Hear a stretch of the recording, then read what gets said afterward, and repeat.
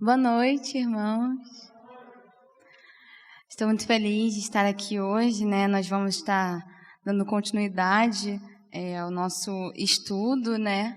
Ele continua sendo Deus.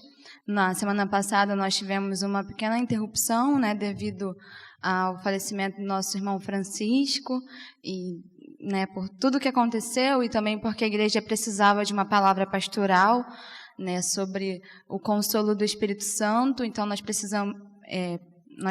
tivemos que interromper na semana passada, mas hoje nós estamos retornando, graças a Deus, né, e vamos dar continuidade, porque a nossa alegria ela não depende das condições terrenas, né, mas sim ela vem do Senhor. Eu estou muito feliz de estar aqui hoje mais uma vez. Acho que esse ano já é a terceira vez que eu venho falar aqui para a igreja, né, através da mensagem.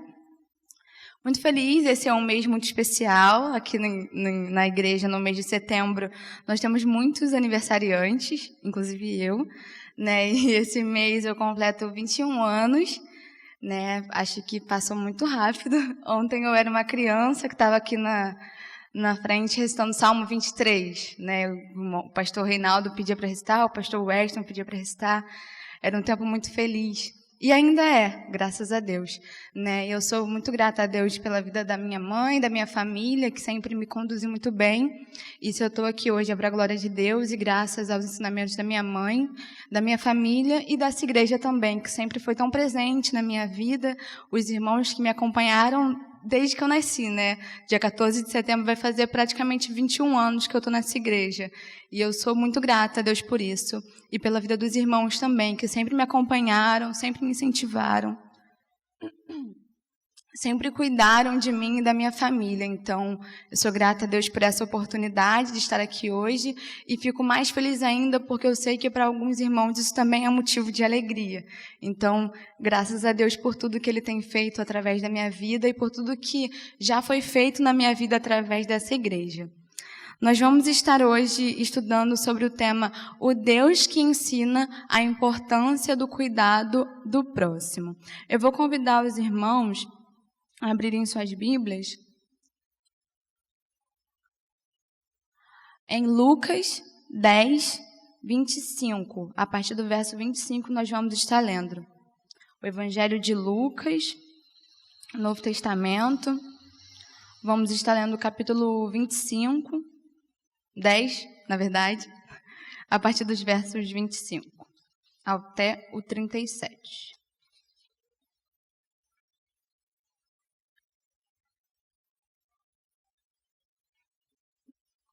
Lucas 10, 25 ao 37.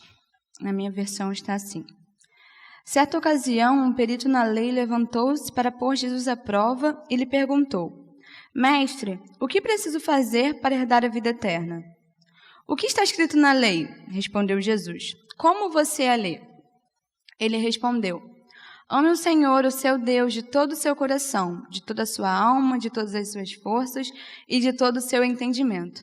E ame o seu próximo como a si mesmo. Disse Jesus: Você respondeu corretamente. Faça isso e viverá. Mas ele, querendo justificar-se, perguntou a Jesus: E quem é o meu próximo? Em resposta, disse Jesus: Um homem descia de Jerusalém para Jericó, quando caiu nas mãos de assaltantes. Estes lhe tiraram as roupas, espancaram-no e se foram, deixando-o quase morto. Aconteceu estar descendo pela mesma estrada um sacerdote. Quando viu o homem, passou pelo outro lado. E assim também um levita, quando chegou ao lugar e o viu, passou pelo outro lado. Mas um samaritano, estando de viagem, chegou onde se encontrava o homem, e quando o viu, teve piedade dele. Aproximou-se, enfaixou-lhe as feridas, derramando nelas vinho e óleo. Depois colocou-o sobre o seu próprio animal, levou-o para uma hospedaria e cuidou dele. No dia seguinte, deu 2 denários ao hospedeiro e lhe disse: Cuide dele. Quando eu voltar, pagarei todas as despesas que você tiver. Qual destes 3 você acha que foi o próximo do homem que caiu nas mãos dos assaltantes? Aquele que teve misericórdia dele, respondeu o perito na lei. Jesus lhe disse: Vá e faça o mesmo. Oremos. Senhor, obrigada, Pai, pela Tua palavra. Obrigada, Senhor, por aquilo que o Senhor já vem colocando no meu coração. E obrigada, Senhor, pela responsabilidade agora que eu tenho de transmitir isso para a Tua igreja, Pai. Fale, Senhor, através de mim. Fale, Senhor, apesar de mim. Fale, Senhor, pela minha vida, Pai. Em nome de Jesus que eu faço essa oração, grata, Senhor, por tudo que o Senhor já tem feito. Amém. Esse texto é um texto muito conhecido, né, dos irmãos. A gente já leu bastante esse texto, é uma passagem muito conhecida da Bíblia. Mas Deus ele tem trabalhado no meu coração já há algumas semanas sobre isso. E eu trouxe aqui alguns ensinamentos para a minha vida que eu creio que é o que o Senhor quer que eu passe para os irmãos hoje também. Por meio desse texto, eu quero passar aqui com os irmãos, vou dividi-lo em 3 partes, e eu quero tratar aqui 3 perspectivas, né, desse texto. Uma perspectiva sendo do perito na lei, uma perspectiva sendo do samaritano e uma perspectiva sendo do próprio Jesus.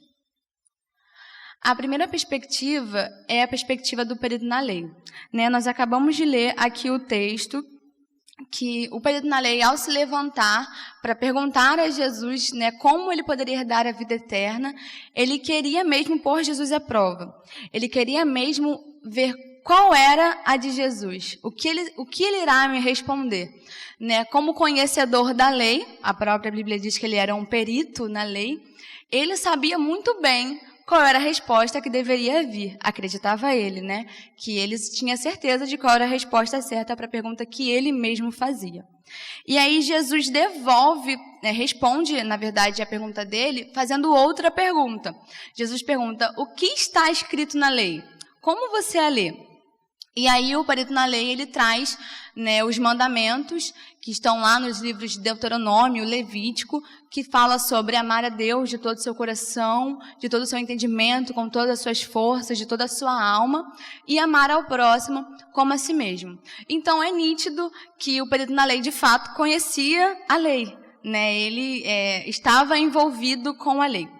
No entanto, o que estava acontecendo ali é que esse perito na lei ele estava tão envolvido com a lei, que ele estava querendo substituir a lei à obediência. Por quê?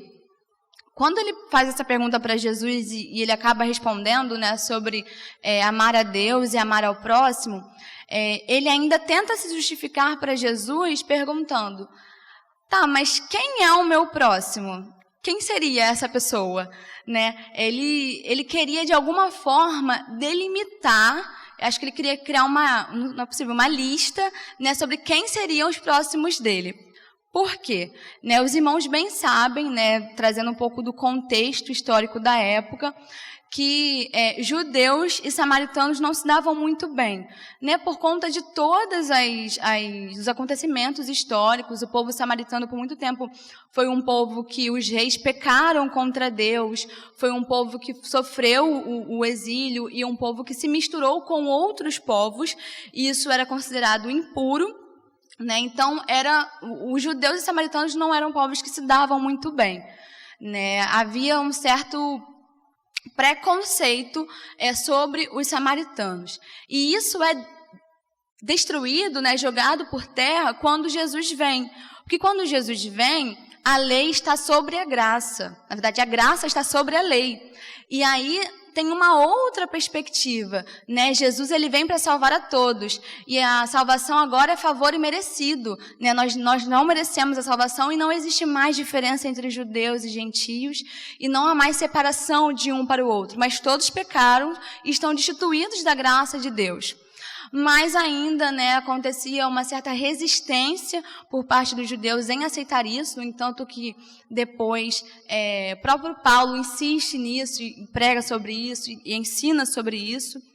Né? Então aqui nós temos uma demanda histórica muito grande, né, que influencia nesse acontecimento.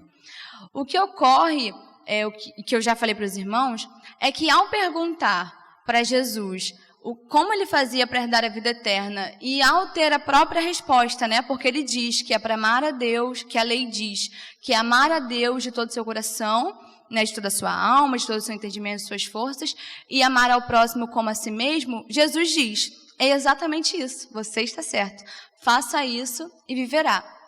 mas ele queria se justificar, ele queria um pouco mais, né? Nós não podemos esquecer que a intenção do perito na lei, ao fazer essa pergunta a Jesus, era colocá-lo à prova. Então, ele queria insistir um pouco mais, e acredito eu que com essa pergunta, por conta desse desentendimento, né, entre o povo judeu e o povo samaritano, queria delimitar quem seria o próximo dele. Então, existia no perito na lei, né, na perspectiva do perito na lei, um apego muito grande à lei, né, e um desprezo pelo cuidado ao próximo. Jesus, quando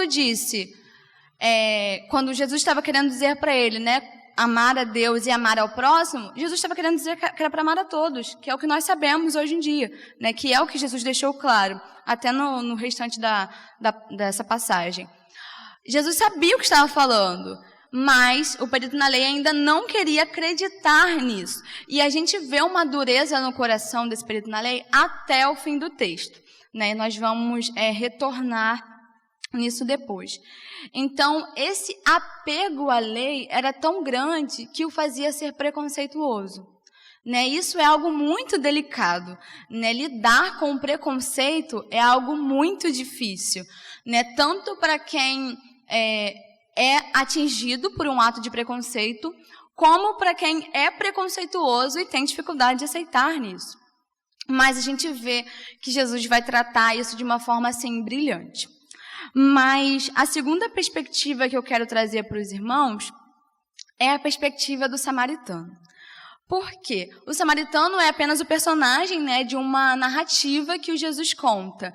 Mas eu queria trazer essa perspectiva do samaritano para os irmãos, porque o samaritano poderia ser muito bem alguém que pensasse, eu sou uma pessoa que já não sou muito bem aceito na sociedade, sou uma pessoa que não tem muito valor aqui, sou considerado impuro, o que eu vou fazer para ajudar? Né? Mas aí, o que nós temos aqui, a partir do verso 30, é que, em resposta, disse Jesus: um homem descia de Jerusalém para Jericó quando caiu nas mãos de assaltantes.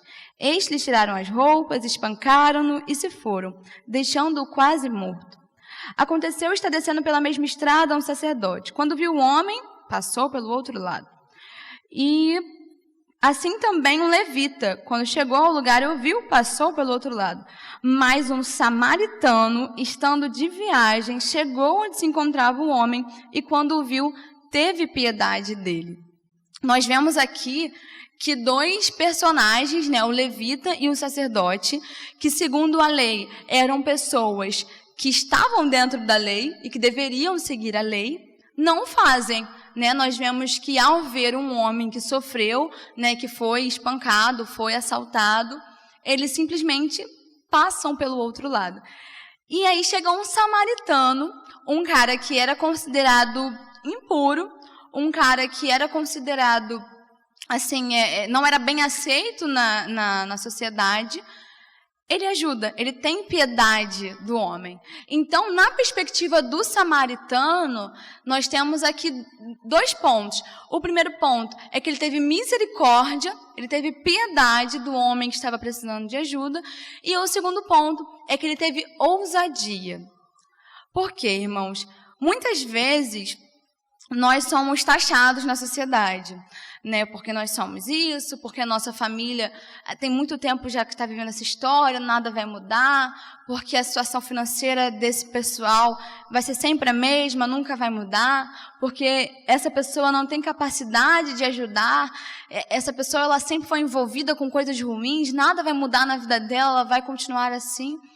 Quando, na verdade, a gente vê um samaritano que existiam diversos preconceitos sobre a vida dele, e Jesus mostra que ele foi capaz de obedecer à lei, de cuidar do próximo. E o que eu queria tirar disso tudo aqui é exatamente isso, que muitas vezes sobre a nossa vida é colocado algo como se as pessoas soubessem quem nós somos, né, de onde nós viemos, para onde nós iremos, o que nós iremos fazer, o que nós somos capazes ou não, quando na verdade não é isso que acontece. Só quem é capaz de ditar o que nós seremos é o próprio Deus, né? O local onde eu nasci, o local onde eu estudo, seja ele um local muito bom ou seja ele um local muito ruim, não pode dizer nada sobre a minha vida, se eu tiver força de vontade e se eu confiar em Deus. Então, nós precisamos tirar essa ideia da nossa cabeça de que nós não temos mais para onde ir. Certa vez eu conversava com uma irmã aqui na igreja, uma irmã muito querida, né, já com a sua idade assim, de adulta, né, lá para os seus 40, 50 anos, e a irmã não tinha mais perspectiva de estudo. Mas eu conversei com essa irmã que ela tinha idade para fazer o que ela quisesse, né? O pastor Roberto sempre fala para a nossa juventude que quem inventou essa coisa de entrar na faculdade cedo e de começar a vida cedo, de começar a trabalhar cedo, foi a gente que começou agora, né? Os jovens que estão começando agora, a geração de agora. Mas antigamente entrava na faculdade a galera lá nos seus 30, 40 anos, com a vida já formada, família, né, emprego e tudo mais. Então não há tempo certo para cada coisa. Não, na verdade é assim. Perdão. Não há tempo exato para todas as pessoas igualmente. Isso que eu quis dizer, me perdoem. Não é como se existisse uma definição para todos. É como se existisse o plano de Deus sobre a vida de cada um e Ele determina o tempo de cada coisa. Nós vemos isso muito claramente em Provérbios, quando Salomão diz que há tempo determinado para cada coisa. Há tempo de crescer, há tempo de morrer, há tempo de falar, há tempo de ficar quieto, há tempo de se mostrar, há tempo de se ausentar, há tempo para cada coisa, né? Isso não é diferente sobre a vida de cada um dos irmãos. Então, fica aqui o meu incentivo aos irmãos de fazerem aquilo que Deus tem colocado no seu coração, seja isso um estudo, seja isso um trabalho, seja isso algo novo que Deus tem colocado no coração dos irmãos, façam, né? Que Deus coloque sabedoria na cabeça dos irmãos e que os irmãos tenham assim oportunidade de vida, né? De estar vivo para realizar os sonhos dos irmãos. Mas voltando aqui para o texto, uma coisa muito interessante que eu li ao estudar essa passagem foi que em muitas Bíblias, né, acho que na maioria das Bíblias, na verdade, existe a divisão, né, dos capítulos, dos textos em si, né? Vamos supor, do verso 1 ao verso 25 é um tema, aí do verso 26 ao verso 30 é outro tema, e assim vai, né? E isso, obviamente, tem um nome específico, eu não conheço, não sei muito bem, mas eu sei que isso foi algo que foi colocado na Bíblia para facilitar até mesmo a nossa leitura, o nosso estudo, né? Por exemplo, quando tem lá aqui, por exemplo, nós temos aqui a parábola do samaritano. Aí, em seguida, fala sobre Marta e Maria. E assim vai. E uma coisa que me chamou a atenção é que em algumas Bíblias, essa divisão do verso 25 ao verso 37, muitas vezes é colocado como a parábola do bom samaritano e a parábola do samaritano. Isso me chamou a atenção porque muitas vezes, né, ao ler a parábola do bom samaritano, dá a entender como se só tivesse esse bom samaritano, né, como se fosse só um específico. Né, existe um povo samaritano e existe o bom samaritano que está envolvido nessa história. Mas eu acredito que seja apenas uma forma, né, de expressar e de facilitar muitas vezes o nosso estudo.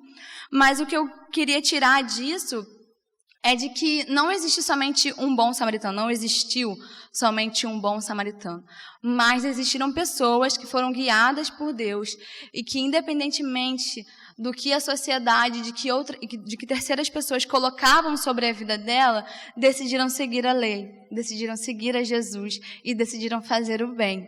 Né? Isso é muito bonito. E eu acredito que isso deva ser uma verdade sobre a nossa vida também. De que não existe somente uma boa pessoa na Igreja Batista do Centenário Culumbandê. Não existe apenas um grupo específico bom na Igreja Batista do Centenário Culumbandê. O que é a nossa concepção de bom ou não? Né? A nossa concepção muitas vezes erra, nossas ideias muitas vezes erram. Mas o que Deus tem sobre as nossas vidas e o que Deus pensa de nós, isso realmente vale. Né?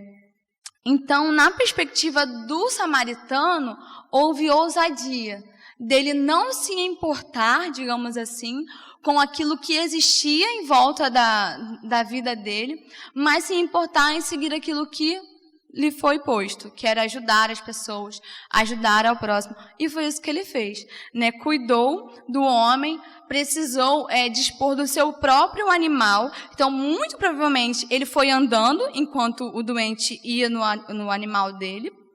E ainda precisou ajudar financeiramente falando, porque ele deixou o homem hospedado, né, e conversou com o senhor que cuidava ali da hospedagem, que o pagaria depois. Depois foi e quitou todas as dívidas. Então, o homem não saiu devendo nada de lá.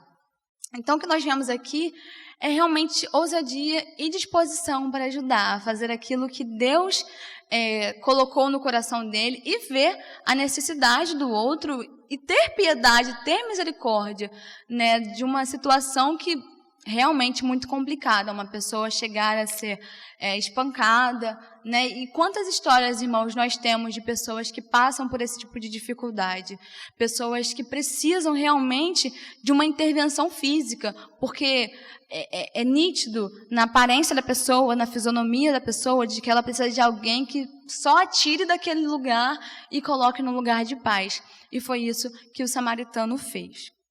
Bom, a terceira perspectiva que eu quero tratar com os irmãos é a perspectiva de Jesus.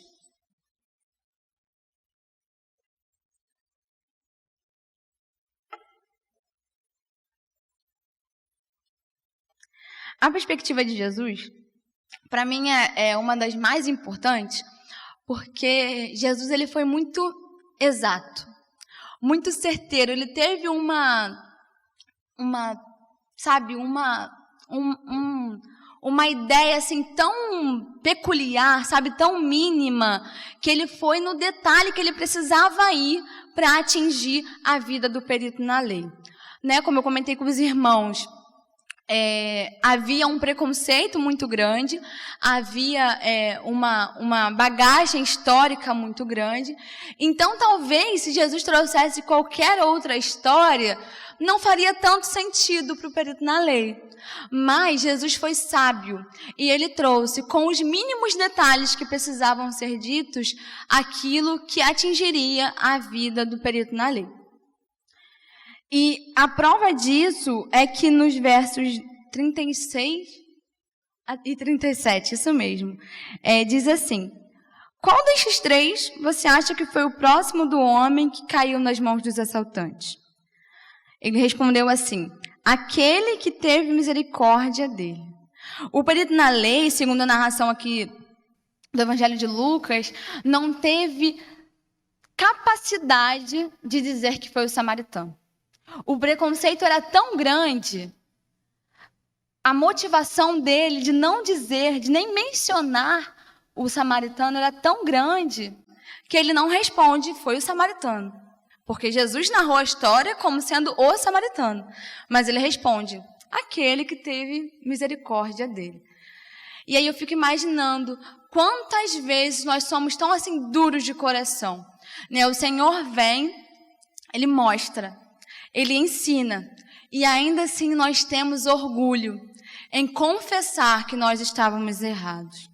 Mas o ensinamento mais importante que eu tiro desse texto é de que quando Deus ensina, não existem meias verdades. Não existe meio termo, sabe? Não existe definições pela metade. Mas quando Deus ensina, ele é reto e direto. Ele vai bem no fundo, porque Jesus sabia do preconceito daquele homem, Jesus sabia o que existia no coração dele. E Jesus ensina sobre a importância do cuidado ao próximo, quebrando a barreira do preconceito que existia no coração daquele homem. E aí Jesus diz para ele, é exatamente isso, faça isso e você viverá. O que você precisa fazer é ter misericórdia, é cuidar do outro, como quem? Como o samaritano. Mas antes, quebre esse preconceito do seu coração, quebre essa ideia do seu coração. Agora, Jesus veio, Jesus esteve presente. Agora todos somos filhos de Deus, todos nós temos chance de nos achegar ao Pai e de pedir perdão pelos nossos pecados. Todos, sem exceção. A salvação não é algo que foi dado porque a gente merece. Não, porque a Vitória merece, então a Vitória vai ser salva. Não, porque fulano de tal não merece, então fulano de tal... Não, a salvação veio por meio de Jesus. O sacrifício foi de Jesus na cruz. E só vai ser salvo aquele que confessar a Jesus como seu Senhor e Salvador e reconhecer a Deus como o Deus da sua vida. Não é algo que cabe a nós, não é algo que cabe ao perito da lei. Não é algo que cabe nem tão somente ao samaritano, é algo que cabe a Deus. Então, ao ensinar ao samaritano, ao ensinar ao perito na lei sobre o cuidado ao próximo, Jesus foi reto e direto, ele foi simples. Ele foi bem no ponto que ele precisava ir. E assim é com as nossas vidas. Quando Deus precisa ensinar algo para nós, irmãos, não tem meio termo, sabe? Não é como se ele dissesse, mas não dissesse, como se ele estivesse querendo dizer, mas não estava querendo dizer. Não é como se ele não soubesse chegar e falar, né? Quando Deus nos ensina algo, ele mostra, tá aqui, essa é a minha palavra, esse é o ensinamento que eu tenho para você. E a ordem de Jesus para esse perito na lei é: vá e faça o mesmo. Isso é claramente uma ordem que Jesus coloca para o perito na lei. E essa é a ordem que Jesus coloca para nossas vidas também. Que nós venhamos a ir, que nós possamos ir e fazer a mesma coisa. Ter misericórdia daqueles que precisam. Eu não sei o que tem passado na vida dos irmãos, eu não sei onde os irmãos têm sentido, né, que precisam ajudar alguém. Diariamente, diversas pessoas passam por nós e pedem ajuda, né, seja financeiramente falando, seja de uma oração, seja de um apoio emocional. Mas o Senhor tem colocado pessoas nas nossas vidas, irmãos, porque a demanda é muito grande. Eu não sei como é para os irmãos, mas a demanda que eu vejo aqui na igreja é muito grande. Muitos irmãos que precisam de apoio espiritual, muitos irmãos que precisam de apoio emocional, muitos irmãos que precisam de apoio físico, apoio financeiro, e nós temos que nos colocar à disposição.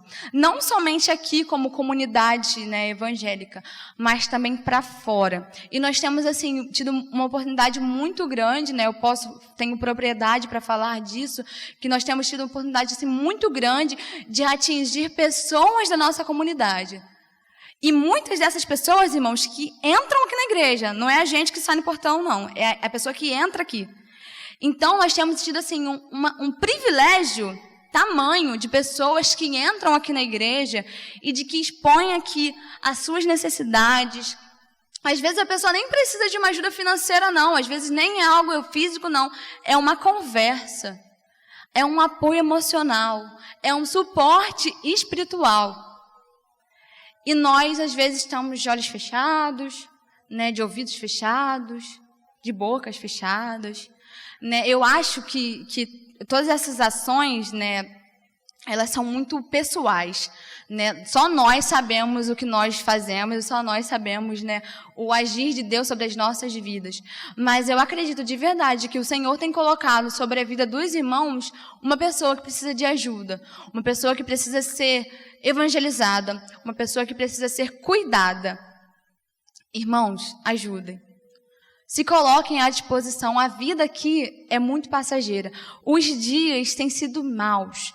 Os dias não são fáceis aqui na terra. Mas nós temos uma esperança que vai além daquilo que nós podemos mensurar terrenamente falando. Né? Se fosse pela minha capacidade, né, de vitória, eu não estaria aqui hoje. Se fosse pelas minhas motivações, eu não estaria aqui hoje. Não digo especificamente nesse culto, mas eu digo assim, tão assim animada, tão feliz de estar aqui. Mas eu estou aqui hoje porque eu tenho um Deus sobre a minha vida que é maior que todos os meus problemas, e é isso que me move. E eu acredito que assim como os irmãos também, nós precisamos fazer com que seja assim também com as pessoas. Nós temos algo tão bom dentro de nós precisamos colocar isso em prática. Nós precisamos que outras pessoas também conheçam de Jesus.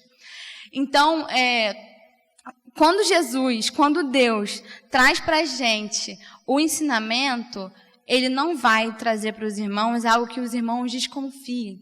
Ele vai trazer para os irmãos algo certo. Se os irmãos estiverem com os ouvidos abertos, com os olhos atentos e com os corações em Jesus, com a mente em Deus, o Senhor vai falar com você. Quando for a hora certa, Deus vai colocar a pessoa que precisa ser ajudada. Irmãos, não hesitem em ajudar. Quebrem as barreiras do preconceito. Irmãos, nós somos falhos. Nós somos pessoas que erram. Não há em nós perfeição alguma. Eu erro, o pastor Eduardo erra, o pastor Roberto erra. Todos nós erramos. Um título não nos isenta de erro algum. Ser da igreja não nos isenta de erro. O que nos corrige é o Espírito Santo nas nossas vidas. É isso que nos muda. E é isso que nós precisamos fazer, irmãos. Aceitar que nós somos pessoas que erram, pessoas que pecam, pessoas que se enganam, pessoas que têm preconceitos. E colocar isso aos pés de Jesus, para que Jesus quebre isso, para que Jesus derrube essas barreiras. Porque nós não somos melhores do que ninguém. Né? Nós não somos como... Não é porque nós estamos dentro da igreja que nós somos melhores do que o irmão que não vem aqui na igreja. Do que o querido amigo que não vem aqui na igreja. Não é porque nós temos 21 anos de caminhada evangélica que nós somos melhores que o irmão que está há 2 anos e está aprendendo a caminhar com Jesus. Não há distinção entre nós. Não há distinção entre nós. E o que eu acredito que o Senhor tem a dizer para os irmãos hoje, através da minha vida, é isso. Que o Senhor, Ele está querendo nos corrigir. Ele quer nos mudar. Ele quer mudar as nossas vidas para que nós venhamos a cuidar de outras pessoas. E eu repito, irmãos, nós temos tido um privilégio muito grande de cuidar das pessoas. Muitas pessoas estão entrando dentro dessa igreja. Muitas pessoas estão entrando dentro desse templo. E eu pergunto aos irmãos, os irmãos têm percebido os visitantes que vêm aos cultos? Será que eu, Vitória, tenho percebido os visitantes que vêm aos cultos? Será que os irmãos têm percebido que toda quinta-feira de manhã tem gente nova e querendo ouvir de Jesus? Nós interrompemos atendimentos da fisioterapia para dar suporte espiritual para as pessoas. Tem gente que chega para fazer o atendimento, os irmãos sabem, né? Eu faço parte do projeto de fisioterapia. E tem gente que precisa de suporte espiritual. Então a gente esquece a mobilização, o exercício e chama o pastor Eduardo para cuidar dessa pessoa. É isso que nós precisamos fazer. E não compete somente ao pastor da igreja cuidar das pessoas. Né? É uma ordem que é para todos. Vá e faça o mesmo. E eu quero que os irmãos, junto comigo, aprendam e notem que o Senhor quer nos corrigir, o Senhor quer nos mudar. Então, eu convido os irmãos a estarem aqui. Nas quintas-feiras de manhã, nós temos muitas pessoas de fora da igreja. Aos sábados pela manhã, nós temos meninos, jovens, que estão aqui também. E todos os outros projetos que têm acontecido. Né? Eu falo dos projetos porque os irmãos sabem que eu sou envolvida com os projetos. Mas eu tenho certeza que o Senhor tem colocado sobre o Ministério Infantil, que tem atuado desde o início da pandemia de forma online. Chegaram crianças novas aqui na igreja, não sei se os irmãos perceberam isso, mas o Senhor, Ele atua de diversas formas e não há empecilho algum sobre a atuação do Senhor. Bem como sobre o Ministério de Famílias, que também tem atuado, as mulheres que continuam atuando, continuam cuidando umas das outras, os jovens que têm se aproximado de outros jovens. Há pouco tempo atrás nós tivemos aqui uma conversão de um jovem. E tantas outras pessoas que têm precisado, né, do cuidado, de aprender. Muitas pessoas precisam aprender como é seguir a Jesus, precisam ser discipuladas e precisam ser cuidadas. E esse é um convite que eu deixo para os irmãos, que nós, na verdade, para todos nós, né, até para mim, que nós possamos ir e fazer a mesma coisa, cuidar do próximo, aceitando que nós somos falhos, mas permitindo que Jesus cuide do nosso coração e transforme as nossas vidas e que a partir disso outras vidas sejam mudadas também. Né? Então, quando Deus nos ensina, irmãos, não existem meias verdades. O Senhor mandou, é uma ordem, vá e faça o mesmo. Não tem para onde escapar. Quando Jesus disse, ide por todo mundo, fazer discípulos de todas as nações, é uma ordem. Não tem meia-verdade nisso, não tem para onde fugir. Essa é uma ordem, nós somos cristãos e é isso que nós devemos fazer. Então, a minha oração hoje é de que nós possamos entender que Deus é um Deus que nos ensina sobre a importância do cuidado do próximo e que Ele faz isso principalmente quebrando, tirando das nossas vidas todos os preconceitos que existem e muitas das vezes todo o orgulho que existe, né? Quando nós pensamos que nós somos autossuficientes, quando nós pensamos que nós somos melhores que alguém, e aí nós voltamos ao primeiro amor, voltamos a Jesus, né? Somos interrompidos pelo Espírito Santo, né? A carne é interrompida e Jesus fala, não, querido, você é um servo meu e você precisa fazer isso, não porque você é bom, não porque você é melhor do que alguém ou porque você é melhor que essa pessoa que vai ser ajudada, mas simplesmente porque você está sendo movido pela minha graça e a minha graça vai te fazer ter misericórdia dessa pessoa. Então, que a gente tenha, assim, sabedoria para agir e que nós possamos permitir que o Senhor atue sobre as nossas vidas. Vamos orar, irmãos? Senhor, muito obrigada, Pai, por essa oportunidade de estarmos na sua casa. Muito obrigada, Senhor, porque o Senhor tem colocado pessoas, Senhor, nas nossas vidas.